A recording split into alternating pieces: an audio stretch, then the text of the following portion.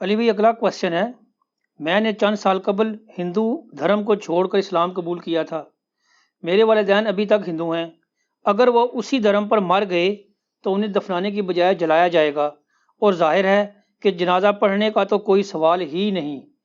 پوچھنا یہ ہے کہ کیا اللہ، کوئی مسلم بیٹا اپنے ہندو ماں باپ کی جلانے والی اس رسم میں شریک ہو سکتا ہے؟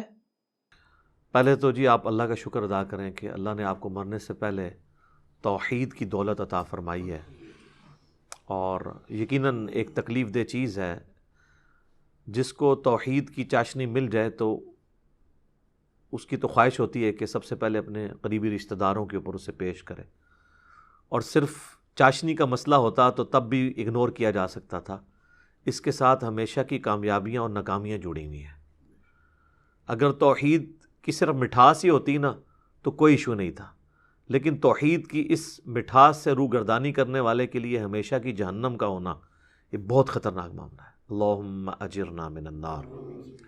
تو ظاہر ہے کہ اس طرح کے کئی اور بھائی ہیں جن کا یہ ایشو ہے کہ انہوں نے اسلام قبول کر لیا ہے، ہم سے بھی ای میلز پہ رابطہ کرتے رہتے ہیں، اور آہستہ آہستہ میں ان سے یہ کہتا ہوں کہ محبت کے ساتھ دعوت دیں۔ صحیح بخاری اور مسلم دونوں میں حدیث موجود ہے، ایک صحابیہ حضور سے آ کے عرض کرتی ہیں کہ یا رسول اللہ میرے جو ماں ہے وہ مشرک ہے، تو میں اس کے ساتھ حسن سلوک کروں؟ تو آپ نے فرمایا تم حسن سلوک اس کے ساتھ کرو دنیاوی اعتبار سے، باقی توحید پہ آپ نے کوئی کمپرومائز نہیں کرنا۔ اور قرآن حکیم میں واضح اللہ تعالیٰ نے سورہ توبہ کے اندر آیت نمبر 23 اور 24 ہے، میں تو اس انداز سے بیان نہیں کر سکتا جس طرح ڈاکٹر اسرار صاحب کیا کرتے تھے، بڑے اگریسو انداز کے اندر۔ حقیقت بات ہے کہ وہ انہی کا خاصہ تھا۔ یہ آیت نمبر 23 ہے، اعوذ باللہ من الشیطان الرجیم، سورہ توبہ، ننگی تلوار ہے جی سورہ توبہ۔ یا ایھا الذین آمنوا لا تتخذوا آباءکم و اخوانکم اولیاء، اے ایمان والو اپنے ماں باپ کو اور اپنے بھائیوں کو مت دوست بناؤ اپنا، ان استحبوا الکفر علی الایمان، اگر وہ ایمان کے مقابلے پر کفر کو اختیار کر لیں، اس سے محبت کریں۔ وَمَن يَتَوَلَّهُمْ مِنْكُمْ فَأُولَٰئِكَ هُمُ الظَّالِمُونَ، اور جو کوئی ان کے ساتھ اس طرح کی کوئی دوستی گانٹھ لے گا تم میں سے تو وہ انہی میں سے یعنی شمار کیا جائے گا، اس اعتبار سے کہ اللہ تعالیٰ پھر ایسے لوگوں کو ظالم شمار کرے گا۔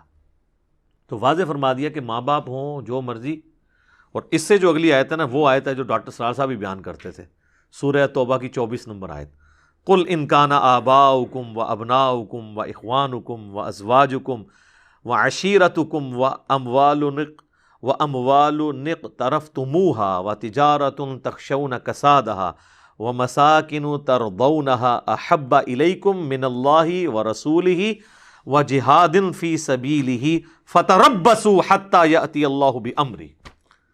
اے نبی تم فرما دو کہ اگر تمہارے ماں باپ، تمہاری اولاد، تمہارے بھائی، تمہاری بیویاں، تمہارے رشتہ دار اور تمہارے وہ مال جو تم نے بڑی محنت سے کمائے ہیں، اور وہ تجارت جس کی مندی کا تمہیں خدشہ لگا رہتا ہے، اور وہ گھر جو تمہیں بڑے پسندیدہ ہیں، اگر یہ چیزیں اللہ اور اس کے رسول اور اس کی راہ میں جہاد کرنے سے بڑھ کر تمہیں محبوب ہیں تو پھر انتظار کرو۔ ڈاکٹر صاحب کہتے ہیں پھر دفع ہو جاؤ اور انتظار کرو۔ باقی وہ فتربصوا یہاں تک کہ اللہ اپنا حکم عذاب لے آئے۔ واللہ لا یہدی القوم الظالمین، اللہ تعالیٰ ظالم قوم کو کبھی ہدایت نہیں دیتا جو خود گمراہی کے اوپر تلی ہوئی ہو۔ یہ سورہ توبہ ہی سر اینڈ پہ جا کے نا اسی اسپیسیفک کوشچن کے حوالے سے ایک آیت آتی ہے، وہ بھی میں بیان کر دیتا ہوں آپ کو۔ المستدرک للحاکم میں حدیث ہے، مولا علی سے کسی نے پوچھا یہ سورہ توبہ سے پہلے بسم اللہ کیوں نہیں ہے؟ تو مولا علی نے فرمایا کہ سورہ توبہ جو ہے وہ تو ننگی تلوار کے ساتھ نازل ہوئی ہے، یعنی اس میں تو کہا کہ 4 مہینے کا ٹائم ہے، یا تو اسلام قبول کرو ورنہ عذاب استحصال آئے گا اور قتل کیے جائیں گے۔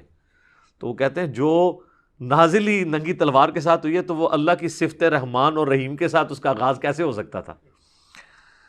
سورہ توبہ میں جناب اینڈ پہ جا کے آیات آتی ہیں 113 اور 114، ما کان لنبی والذین آمنوا، کسی نبی کے شایان شان نہیں ہے، نہ کسی ایمان والے کے، ان یستغفروا للمشرکین، کہ وہ دعائے استغفار کریں کسی مشرک کے لیے، ولو کانوا اولی قربا، چاہے وہ اس کا قریبی رشتہ دار ہی کیوں نہ ہو، من بعد ما تبین لهم انہم اصحاب الجحیم، جب کہ اس پہ یہ بات کھل جائے کہ وہ اب دوزخی ہے۔ ظاہر ہے اب جو ہندو مت کے اوپر یا بت پرستی پہ مر گیا تو اب اس کے لیے نہ تو جنازہ نہ دعائے مغفرت ہو سکتی ہے۔ زندگی میں آپ اس کے لیے دعا کر سکتے ہیں کہ اللہ اسے ہدایت دے، مرنے کے بعد نہیں۔ پھر اللہ نے فرمایا وما کان استغفار ابراہیم لابی، اور جہاں تک تعلق ہے ابراہیم کا اپنے باپ کے لیے جو کہ مشرک تھا، اس کے لیے دعا کرنا، الا عن موعدۃ وعدها ایاہ، وہ اس وعدے کے سبب تھا جو اس نے کیا تھا۔ وہ سورہ مریم میں آتا ہے نا کہ ابراہیم کے باپ نے کہا کہ میں تمہیں سنسار کر دوں گا، نکل جا ادھر سے۔ وہ بڑی دردناک گفتگو ہے کہ ابا جان ہدایت قبول کریں، آپ شیطان کے راستے پہ چل گئے، میرے پاس وہ علم آیا جو آپ کے پاس نہیں ہے، میں آپ کو جنت کی طرف بلا رہا ہوں۔ اینڈ پہ ان کا نکل جائے ادھر سے، تو انہوں نے کہا کہ میں نکل تو رہا ہوں، میں آپ کے لیے دعا کرتا رہوں گا۔ تو اللہ تعالیٰ ہمارا کہ ابراہیم جو دعا کرتے رہے نا، وہ انہوں نے اپنے باپ سے ایک وعدہ کیا تھا، فلما تبین لہ انہ عدو للہ، لیکن جب اس پہ یہ کھل گیا کہ وہ اللہ کا دشمن ہے پکا، تبرأ منہ، تو انہوں نے پھر اعلان برات کر دیا۔ ان ابراہیم لأواہ حلیم، بے شک ابراہیم جو تھے وہ بڑے نرم دل تھے، حلم والے تھے۔ تو بہرحال اتنا نرم دل بھی ہو کے جب اللہ کا والا معاملہ آیا تو انہوں نے پھر دعا کرنا بھی بند کر دی۔ تو اب اس طرح کی جب ایکٹیویٹیز پرفارم ہوتی ہیں تو ظاہر ہے کہ اب ایک ہم معاشرے کے اندر بھی جڑے ہوئے ہیں، تو اس ایکٹیویٹی میں اس کو ویٹ کرنے میں تو کوئی حرج نہیں ہے، یعنی جو ایکٹیویٹی پرفارم ہو رہی ہے اس کے اندر آپ پارٹیسپیٹ نہ کریں، وہ جو کچھ شرکی الفاظ بولتے ہیں یہ ویسے وہ جب چتا کو آگ لگائی جا رہی ہے، ظاہر ہے وہ تو اب آپ کے اختیار میں بھی نہیں ہے، آپ روک بھی نہیں سکتے اس کو، تو اس سرمنی میں شامل ہونے میں کوئی حرج نہیں ہے۔ بہرحال اس کے اندر جو کچھ وہ کر رہے ہیں بول رہے ہیں وہ آپ نہ کریں، آپ اس کو اسی طریقے سے ویٹ کریں جس طرح کسی جگہ پہ آگ لگی ہوئی ہے تو آپ کھڑے ہوئے، وہاں موجودگی آپ کی اس لیے بھی ضروری ہے اس اعتبار سے کہ وہ پھر آپ سوشلی دعوت تو کبھی بھی پیش نہیں کر سکیں گے، باقی ان کی وہ جو رسومات ہیں اس کا آپ حصہ نہ بنے کہ بھی وہ بیٹا جا کے تو جناب جا کے چتا کو آگ لگائے گا، آپ نہ لگائیں، کیونکہ اسلام میں تو آپ اس طرح لاش کو آگ نہیں لگا سکتے،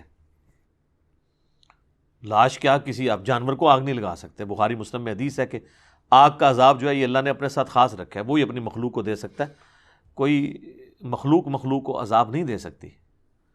تو وہ آپ اس ایکٹیویٹی کا حصہ نہ بنیں، ویٹ کرنے کے لیے وہاں ضرور کہیں پیچھے جا کے کھڑے ہو جائیں، وہ ہم بھی یہاں پہ کرنا پڑتا ہے۔ جنازے کے بعد یہ لوگ اجتماعی دعا مانگتے ہیں اور وہ سہارا لیتے ہیں ابو داؤد کی حدیث سے کہ جب جنازہ پڑھو تو خوب لجاجت سے دعا کرو، وہ تو ہے کہ جنازے کے اندر جو دعا ہے نا وہ آپ نے لجاجت سے کرنی ہے، یہ نہیں ہے کہ جنازہ پڑھ کے فارغ ہوئے پھر دعا کے لیے بیٹھ گئے آپ اجتماعی۔ باقی وہ ابو داؤد میں حدیث ہے کہ جب اپنے بھائی کو دفنا چکو تو قبر کے سوالات کی استقامت کے لیے دعا کرو، وہ آپ نے قبر پہ کرنی ہے۔ باقی جنازے کی نماز کے بعد جو دعا ہوتی ہے تو خود علماء نے نکال لی ہوئی ہے، اور دیوبندی نہیں کرتے، اہل حدیث نہیں کرتے، بریلوی کرتے ہیں۔ دیوبندیوں سے جب پوچھیں یہ دعا جو ہے بریلوی کرتے ہیں، وہ کہتے ہیں ثابت نہیں ہے، تو اس لیے ہم نہیں کرتے۔ تو ان سے پوچھیں یہاں تو آپ کو ثابت نہیں نظر آ رہا ہے، تو جو آپ فرض نماز کے بعد اجتماعی دعا کرتے ہیں یہ کہاں پہ ثابت ہے؟ وہ کہتے ہیں وہ علماء نے شروع کروائی تھی اس خدشے سے کہیں دعا اٹھ نہ جائے امت سے۔ تو تواڈے مولویاں دا ہی رائٹ ہے خالی بدعت جاری کرنے دا، بدعت ہسنا، اور کسی نو رائٹ نہیں حاصل۔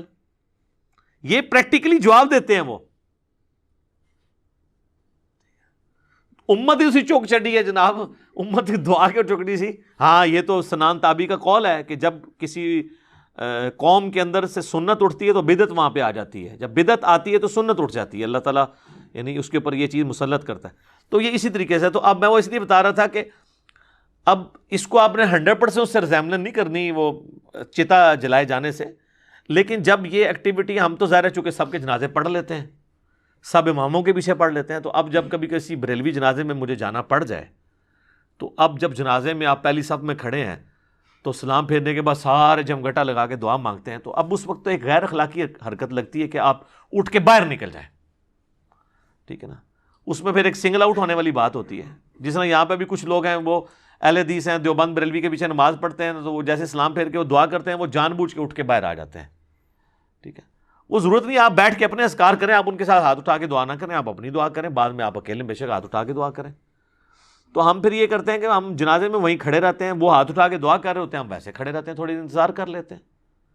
اور مزے کی بات آپ کو بتاؤں، جنازہ جو ہے وہ 1.5 منٹ کا بھی نہیں ہوتا، اور دعا 5 منٹ کی ہوتی ہے، کیونکہ دعا انہوں نے کرنی ہوتی ہے اپنی مادری لینگویج میں، اور وہ دعا جتنی لمبی ہوگی، جتنی خوبصورت ہوگی، اتنا ہی گھر والوں سے اکرام مسلم زیادہ ہوگا پیسے کی شکل میں، ٹھیک ہے نا. ظاہر ہے وہ بعد میں پیسے لیتے ہیں، فری تو نہیں جنازہ پڑھاتے. آپ کو پتہ ہی نہیں، ابھی ہاتھ ہی نہیں لگے کبھی. لوگوں کو یہ تو پتہ ہے قبریں اتنی مہنگی ہو گئی ہیں. کسی نے آج تک یہ کہا ہے کہ یار مولوی بھی مہنگے ہو گئے ہیں. مولویوں کا ریٹ بھی تو مہنگا ہوا ہے نا. 50 روپے میں کوئی جنازہ پڑھاتا ہے؟ آپ چیک کر لیں، لانے سے پہلے مولوی کہتے ہیں 50 روپے دوں گا جنازہ پڑھانا ہے ایک. تو آپ دیکھیں آپ کے ساتھ کیا کرتا ہے وہ. تو باقی یہ وہ دعائیں اس لیے لمبی چوڑی کروا رہے ہوتے ہیں تاکہ نا مطلب ان کو پتہ چلے کہ تقریباً بخشوا ہی لیا ہے جناب، بے فکر رہو. اتنی کر دیتی ہے کہ بس سمجھو کہ بخشے ہی گیا جائے.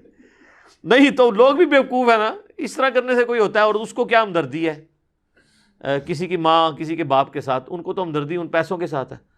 اللہ معافی دے، میں تو یعنی بدگمانی نہیں کرتا، باقی میں اگر اس جگہ پہ ہوں تو میرا خیال ہے کہ یہ بیچارے تو جنازہ پڑھاتے ہوئے بھی اگر سوچ رہے ہوں گے کہ یار اس کے تو 3 بیٹے انگلینڈ سے آئے ہوئے ہیں، اور اس کی بیٹی فلاں جگہ سے آئی ہے، پتہ نہیں وہ پاؤنڈ دیتی ہے، یورو دیتی ہے یا ڈالر. بالکل صحیح بات ہے، صحیح نیچرل چیز ہے یار. آپ کسی بندے کو جنازے پہ لے جائیں کہ یہ بندہ مرا ہے جس کے یعنی سارے بچے باہر شفٹ ہیں، اور اسپیشل یعنی یہ جنازہ لیٹ کروایا ہے 1 دن یا چند گھنٹے، 12 بندے آ رہے ہیں، تے 12 باقی لوگوں کو تو انتظار ہے جنازہ پڑھنے کا، تو مولویوں کو کوئی انتظار نہیں کہ 12 آ رہے ہیں تو پھر سر کو ساڈی بھی خدمت کرن گے. ہاں تو یہ چیز بھی ہوتی ہے. یہ تو نہیں فی سبیل اللہ پڑھا رہے ہوتے ہیں، وہ اس طرح تو نہیں ہوتا. اور جو زیادہ سمجھدار و ہوشیار ہوتے ہیں وہ تو مطلب جا کے میت کے اوپر کہتے ہیں کہ جی بس آخری دن تواڈے ابا جی کہندے سن کہ اے تھوڑا جا مسجد کا کام کرانا سی، تو کہندے سن میں انشاءاللہ بے فکر ہو جی مولوی صاحب ہو جائے گا. تو اب وہ جوان بیٹا بیٹھا ہے جس نے نہ نماز پڑھی، نہ کبھی مسجد میں گیا، نہ مولویوں کی اسے کارستانیوں کا پتہ. اتنے لوگوں میں جب ایک مولوی بات کر دے گا، بے شک جھوٹی موٹی کرے توریہ کر کے، تو وہ تو مجبوراً کچھ جیب ڈھیلی کر کے اس کو دے گئی نا. تو یہ طریقہ واردات ہوتا ہے ان کا یہ کرنے کا، تو یہ کرتے ہیں. تو باقی وہ بات آئی کہ اگر اس طرح جیوز کرسچنز میں سے کوئی مسلمان ہوتا ہے اور ان کو کہیں اس طرح کی ایکٹیویٹیز میں حصہ لینا پڑتا ہے، تو بس وہ اس کا حصہ بن کے نہیں، صرف آبزرور کے طور پہ ضرور شامل ہوں. وہ بھی نہیں، بالکل پیچھے ہٹنے والی بات بھی نہیں ہے، اور اس کے اندر ہی پارٹیسپیٹ نہ کریں، کیونکہ وہ تو پھر قرآن پاک کی میں نے یاد پڑھ دی ہے کہ جو کفر پہ مرا ہے، شرک کے اوپر مرا ہے، اس کے ساتھ تو آپ اس طرح کا معاملہ نہیں کر سکتے. ٹھیک ہوگا جی. جزاکم اللہ خیرہ.